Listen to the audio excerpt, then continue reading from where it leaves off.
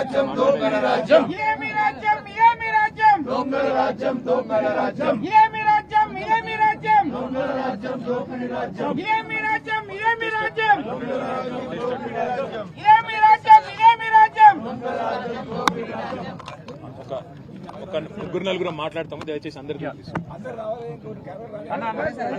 కొద్ది వెనక్కి తీసుకురాదు అందరు వచ్చేటట్టు తీసుకుంటాం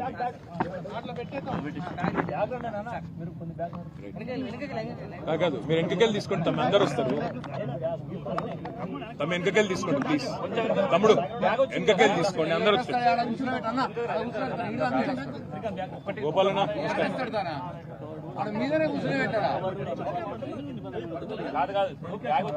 రైట్ రైట్ రైట్ ఇక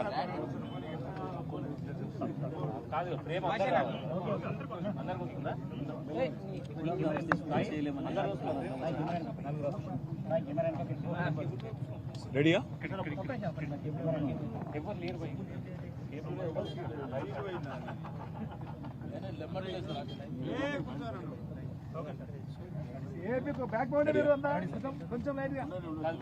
పేరుకేమో ప్రజాపాలన ప్రజాప్రభుత్వం పేరుకేమో మరి మేము చాలా ప్రజాస్వామికంగా ఉన్నాము అని చెప్పి తెల్లారి లేస్తే పాడిందే పాటరా అన్నట్టు ప్రతిరోజు అరిగిపోయిన గ్రామ్ ఫోన్ రికార్డు లాగా ముఖ్యమంత్రి నుంచి మొదలు పెడితే మరి మంత్రుల దాకా అందరూ ఒకటే మాట ప్రజాపాలన ఇందిరమ్మ ప్రభుత్వం అని చెప్తారు. కానీ నిన్న గవర్నర్ గారు ఉభయ సభల్ని ఉద్దేశించి చేసిన ప్రసంగం మీద, అందులోని డొల్లతనం మీద, అందులో చెప్పిన పసలేని విషయాల మీద, అందులో చెప్పిన పచ్చి అబద్ధాల మీద ఈరోజు మా పార్టీ తరపున శాసనసభలో గౌరవనీయులు మాజీ మంత్రివర్యులు సూర్యాపేట శాసనసభ్యులు పెద్దలు జగదీశ్వర్ రెడ్డి గారు మాట్లాడడం మొదలుపెట్టి కేవలం 10 నిమిషాలు కూడా కాకముందే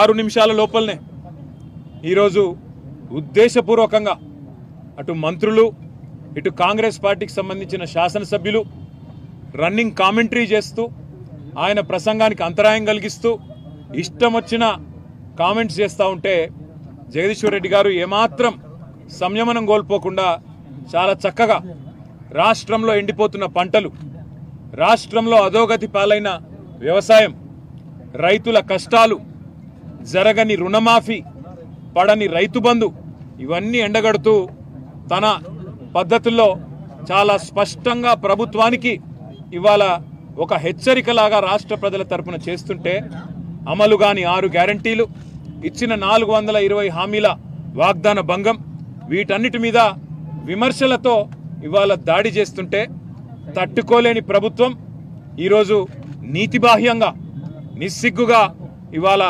కేవలం అబద్ధాల మీద ఆధారపడే ఈరోజు మా గౌరవ సభ్యులు జగదీశ్వర్ రెడ్డి గారిని అనని మాటను అన్నట్టుగా చిత్రీకరించి ఇవాళ సస్పెండ్ చేసే ప్రయత్నం చేసింది. ఇవాళ 2 ముఖ్యమైన విషయాలు ఇక్కడ మేము చెప్పాల్సింది. జగదీశ్వర్ రెడ్డి గారు ఒక్కటంటే ఒక్క మాట కూడా, ఒక్క పదం కూడా అన్పార్లమెంటరీ మాట శాసనసభలో మాట్లాడలేదు. కేవలం అన్నది ఒకటే ఒక్క మాట. ఏమన్నారు ఆయన?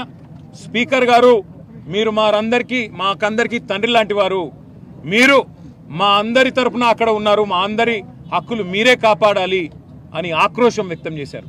దాంతోపాటు ఎక్కడా కనీసం ఒక్క మాట కూడా స్పీకర్ గారిని అగౌరవంగా పొరపాటున కూడా పెద్దలు జగదీశ్వర్ రెడ్డి గారు అనలేదు. కానీ ఇవాళ అనని మాటను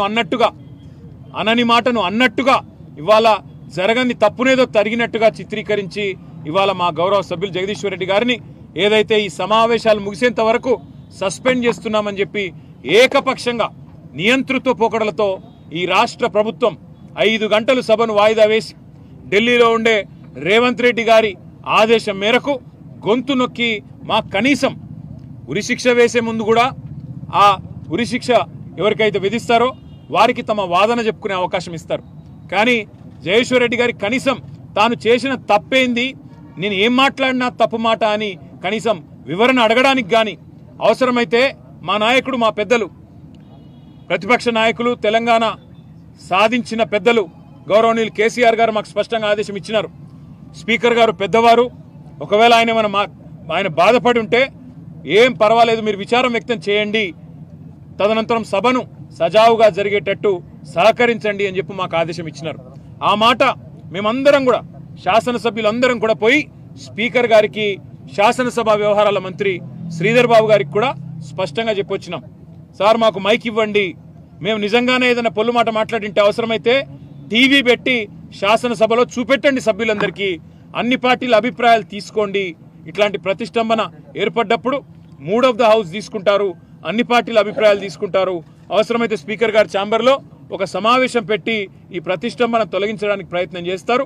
ఒకవేళ ఏదైనా మాట దొర్లింది అని మీరు భావిస్తే మా సభ్యులు హుందాగా ముందుకొచ్చి విచారం వ్యక్తం చేయడానికి కూడా సిద్ధంగా ఉన్నాము. మా నాయకుడు చెప్పారు, మేము అనలేదు, తప్పు మాట అనలేదు, ఒక్క మాట కూడా పొల్లు మాట మాట్లాడలేదు.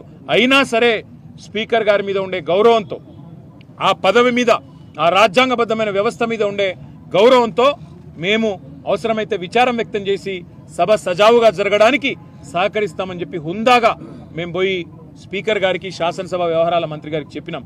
కానీ ఇవాళ చేయని తప్పుకు ఈరోజు మొత్తం సెషన్ అంతా కూడా సస్పెండ్ చేస్తున్నామని చెప్పి ఏకపక్షంగా, అక్కడ మా పెద్దలు హరీష్ రావు గారు రిపీటెడ్గా అడుగుతానే ఉన్నారు, మా పార్టీ తరఫున మా వాదన చెప్పనివ్వండి, మేము చెప్పాలనుకున్నది వినండి అని చెప్తే కూడా వినిపించుకోకుండా కేవలం కాంగ్రెస్ పార్టీ శాసనసభ్యులు ఒక 4-5గురితో మాట్లాడించి, ఒక 3-4 మంత్రులతో మాట్లాడించి, ఇక అది మాత్రమే మూడ్ ఆఫ్ ద హౌస్ అన్నట్టు, వాళ్ళు చెప్పిందే వేదం అన్నట్టు, వాళ్ళు చెప్పిందే సత్యం అన్నట్టు ఇవాళ ఏకపక్షంగా బుల్డోజింగ్ ధోరణితో, నియంతృత్వ పోకడలతో ఈ రాష్ట్ర ప్రభుత్వం, శాసనసభ వ్యవహారాల మంత్రి శ్రీధర్ బాబు కానీ, ముఖ్యమంత్రి రేవంత్ రెడ్డి కానీ ఏకపక్షమైన నిర్ణయం తీసుకొని ఇవాళ మా సభ్యుడు గొంతు నొక్కడం జరిగింది.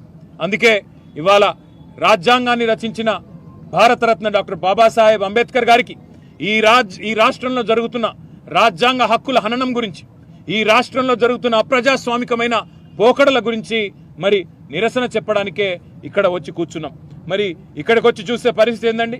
ఇక్కడికి వచ్చి చూస్తే ఆ మహానుభావుడు ప్రపంచంలోనే అతి